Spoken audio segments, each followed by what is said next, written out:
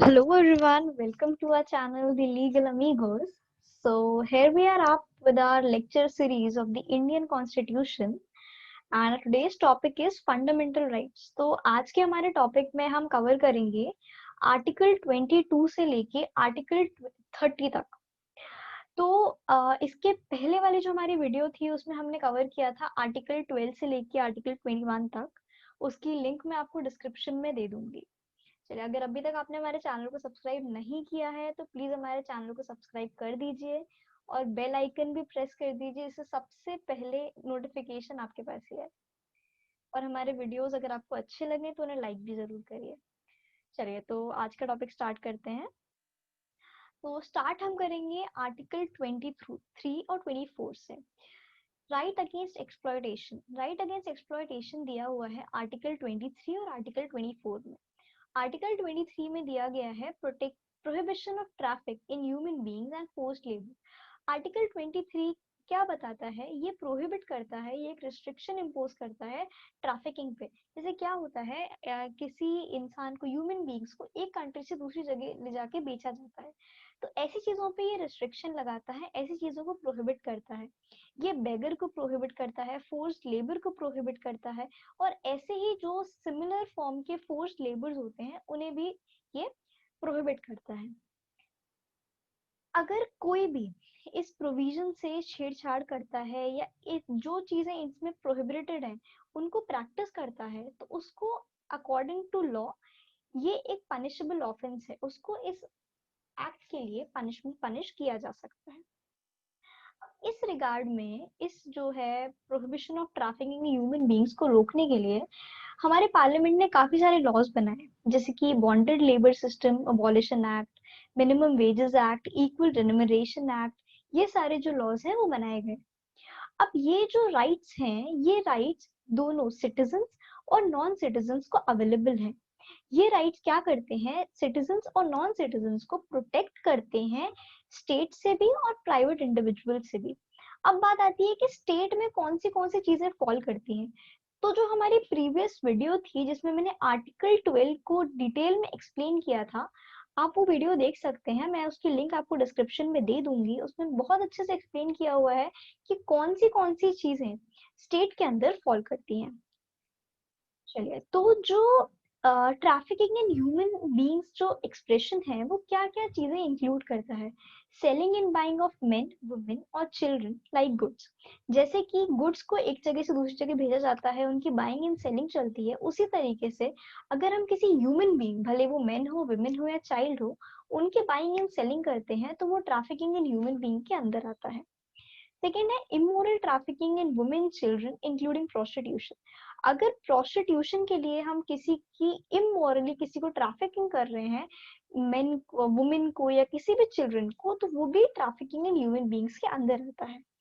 देवदासी, slavery. अब देवदासी का मतलब क्या होता है कि जैसे जो फीमेल्स जाके टेम्पल में रहने लगती हैं और टेम्पल में ही अपना जो है वहां का काम काज करती हैं। अब इसमें गलत चीज क्या है कि उनसे फोर्सली ये सारे काम कराए जाते हैं, तो ये चीज गलत है। उसके बाद स्लेवरी, तो स्लेवरी भी ट्रैफिकिंग इन ह्यूमन बीइंग्स के अंदर ही आता है। अब इन सारे एक्ट्स को पनिश करने के लिए पार्लियामेंट ने लॉ बनाया, इमोरल ट्रैफिक प्रिवेंशन एक्ट 1969। अब बात करते हैं कि बेगर क्या होता है। तो बेगर एक ऐसा टर्म है जब हम किसी इंसान को फोर्स करते हैं या कंपेल करते हैं उसकी विल के अगेंस्ट काम करने के लिए, उसकी इच्छा के अगेंस्ट काम करने के लिए जब हम उसको फोर्स करते हैं तो उसे बोलते हैं बेगर। और हम उसे क्या है, उस काम का कोई रेन्यूमरेशन नहीं देते हैं, मतलब ना तो हम उसे कोई पैसा देते हैं, ना कुछ भी इन रिटर्न हम उस काम के उस इंसान को कुछ भी नहीं देते हैं। तो बेगर का मतलब क्या होता है? कोई ऐसी सर्विस जब हम किसी को प्रोवाइड कर रहे हैं जिसके लिए हमको कोई पे नहीं कर रहा है रिटर्न में, जिसके लिए हमें कोई कुछ नहीं दे रहा है। ठीक है, ये जो प्रैक्टिस है, बेगर की जो प्रैक्टिस है, ये काफी टाइम से चली आ रही है, बहुत ही पुराने टाइम से ये चली आ रही है। या हमारे प्रिंसली स्टेट्स में भी ये जो प्रैक्टिस थी वो बहुत ही वाइडली यूज थी, और ये बहुत ही ग्रेट इविल माना जाता है हमारी सोसाइटी में। और इस प्रैक्टिस को अबॉलिश किया गया आर्टिकल 23 क्लॉज 1 से। एक और टर्म है that is traffic in human beings. तो ट्रैफिक इन ह्यूमन बीइंग्स क्या है? इसे हम कॉमनली स्लेवरी बोलते हैं, जहाँ पे किसी भी ह्यूमन बीइंग की बाइंग एंड सेलिंग की जाती है, जैसे कि हम किसी गुड्स की बाइंग एंड सेलिंग करते हैं। और ऐसी प्रैक्टिस को क्या है? अबॉलिश किया गया है। एक और टर्म है that is forced labour. Forced labour, bonded labour, ये सारे फोर्स्ड लेबर का मतलब होता है बंधुआ मजदूरी। Bonded labour is also known as बंधुआ मजदूरी। ये जो ऐसे रिलेटेड टर्म्स है, इन सबको भी प्रोहिबिट किया गया है अंडर दिस आर्टिकल। अब एक केस लॉ है, People's union for democratic rights versus Union Union of India. इस केस में क्या बताया गया था कि फोर्स्ड लेबर सिर्फ वही नहीं होता है। फोर्स्ड लेबर या बेगर की डेफिनेशन में सिर्फ वही चीजें नहीं आती हैं जहां हम किसी को अनविलिंगली काम करा रहे हैं और उसको पैसा नहीं दे रहे हैं। भले मान लीजिए हम किसी से कुछ काम करा रहे हैं जो कि उसकी इच्छा के अगेंस्ट है, और हम उसको कुछ सम ऑफ अमाउंट पे भी कर रहे हैं, that will also come under beggar, because हम उससे वो काम फोर्सफुली करा रहे हैं, ना कि उसकी इच्छा से वो काम कराया जा रहा है। अब आर्टिकल 23 जो है वो कुछ एक्सेप्शंस के साथ जो है वो किया गया है, उसमें कुछ एक्सेप्शंस भी हैं। आर्टिकल 23 जो है वो परमिट करता है स्टेट को कि वो जो कंपलसरी जो सर्विसेज हैं, जैसे कि जो पब्लिक पर्पसेस के लिए हैं, जैसे कि मिलिट्री सर्विसेज हो गई, सोशल सर्विसेज हो गई, वहां पे कोई ऐसे बाउंडेज नहीं है पे करने का। You have to pay some amount to that person. वहां पे कोई बाउंडेज नहीं है किसी को भी पे करने का। और ऐसी और ऐसी जो है सर्विसेज हैं, उनमें स्टेट ने क्या परमिट किया गया है कि वो डिस्क्रिमिनेशन कर सकता है किसी से भी on grounds of religion, race, caste और क्लास। अब हम बात करते हैं आर्टिकल 24 की। आर्टिकल 24 क्या करता है? प्रोहिबिट करता है employment of children in factories, या फिर ऐसी फैक्ट्रीज, माइंस, इन सब में क्या है वो चिल्ड्रन का एम्प्लॉयमेंट प्रोहिबिट करता है। इसलिए आर्टिकल 24 बोलता है कि कोई भी बच्चा जो कि 14 ईयर्स से कम का है, उसे कहीं भी फैक्ट्री में, माइन में या किसी भी हजार्डियस एम्प्लॉयमेंट में आप एम्प्लॉय नहीं कर सकते हैं। सुप्रीम कोर्ट का एक जजमेंट है that is people's union for democratic rights versus union of India. इसमें यह बताया गया था कि जो बिल्डिंग कंस्ट्रक्शन वर्क है, जो बिल्डिंग के कंस्ट्रक्शन का वर्क है, वो भी एक हजार्डियस जो एम्प्लॉयमेंट है। और जो बच्चे हैं 14 ईयर्स से कम के, उनको हम एम्प्लॉय नहीं कर सकते हैं, भले ही वो काम किसी स्टेट के लिए हो रहा है या कोई प्राइवेट इंडिविजुअल करा रहा है। लेकिन हम 14 ईयर्स से कम के बच्चे को किसी भी हजार्डियस एम्प्लॉयमेंट में एम्प्लॉय नहीं कर सकते हैं। अब क्या है? Major national legislative developments include the following. मतलब कि जो ये हजार्डियस एम्प्लॉयमेंट रोकने के लिए, prohibition of employment of children रोकने के लिए, हम इन कुछ लेजिस्लेचर ने कुछ एक्ट्स बनाए, जैसे कि द फैक्ट्रीज एक्ट ऑफ 1948।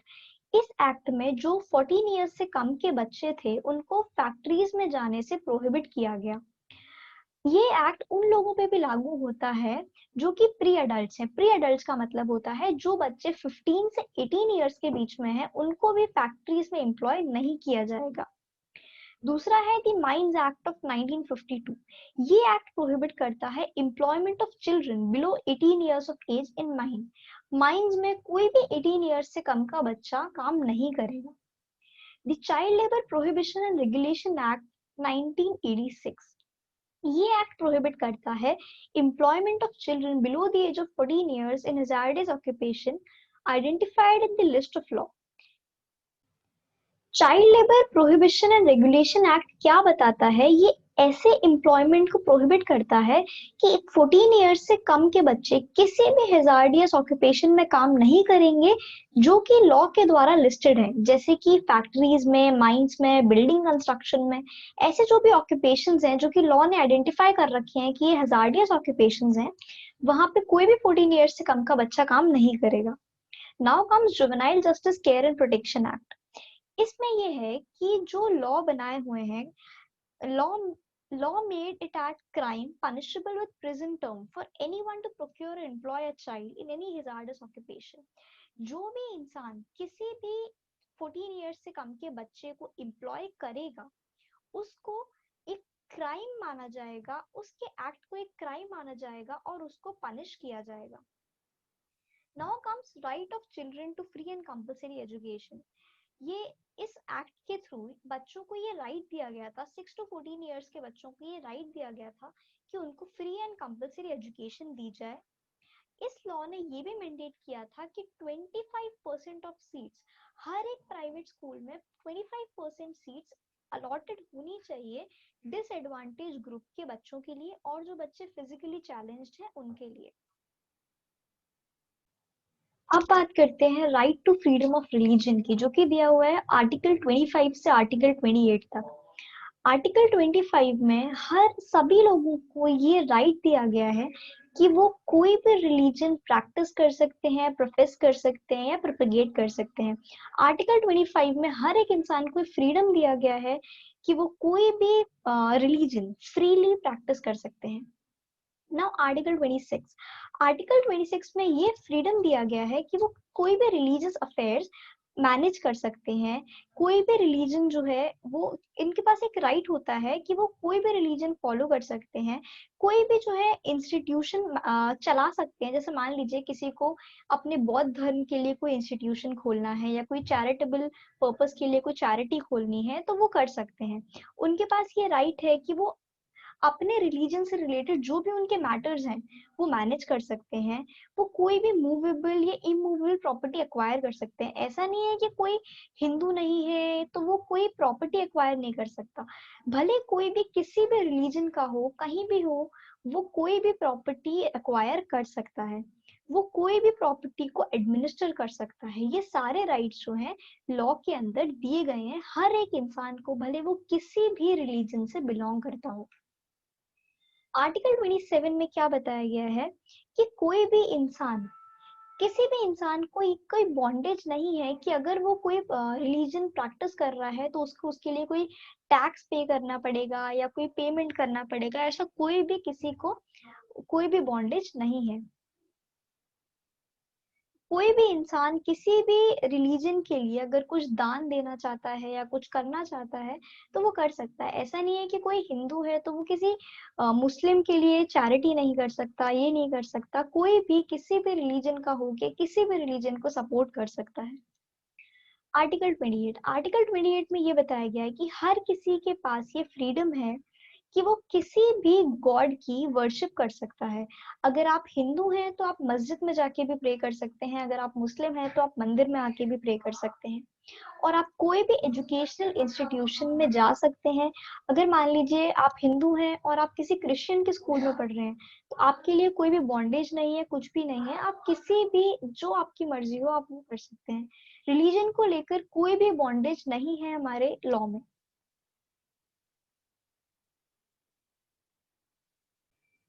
अब आते हैं हम कल्चरल एंड एजुकेशनल राइट्स में, जो कि दिया हुआ है आर्टिकल 29 से आर्टिकल 30 के अंदर।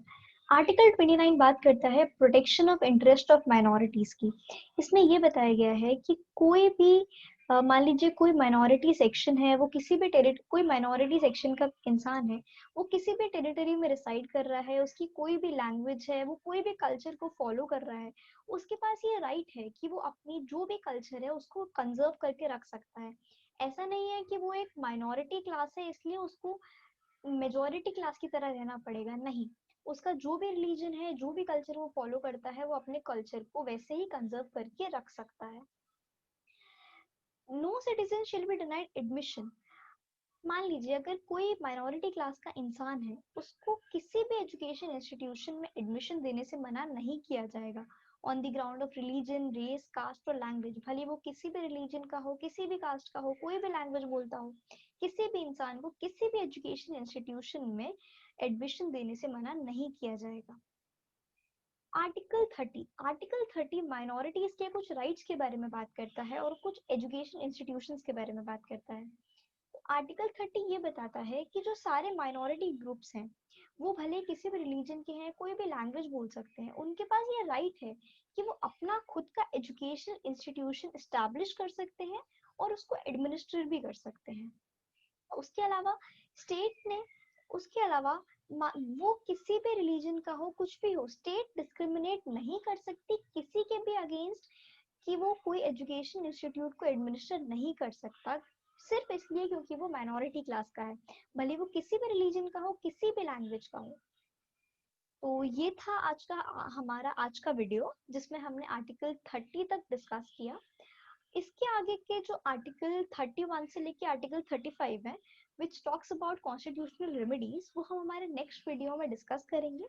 Till then stay tuned, keep supporting. अगर आपको हमारा वीडियो पसंद आया हो तो please like and subscribe to our channel.